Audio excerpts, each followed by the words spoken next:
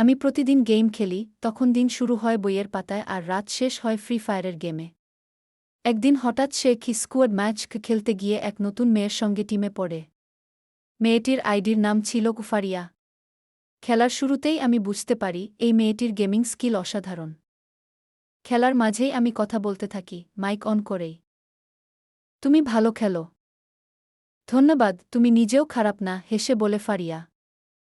এরপর থেকে আমি আর ফারিয়া প্রায় প্রতিদিন একসাথে খেলি। ধীরে ধীরে শুধু গেম না, আমি আমার জীবনের কথাও শেয়ার করতে শুরু করি। পরে আমি ফারিয়াকে বললাম, আপনি কিসে পড়াশোনা করেন? সে বলে, আমি ঢাকায় পড়াশোনা করি। পরে আমি বললাম, তোমার বন্ধু বান্ধব কতজন? সে বলল, আমাকে গেম ছাড়া খুব বেশি বন্ধু নেই।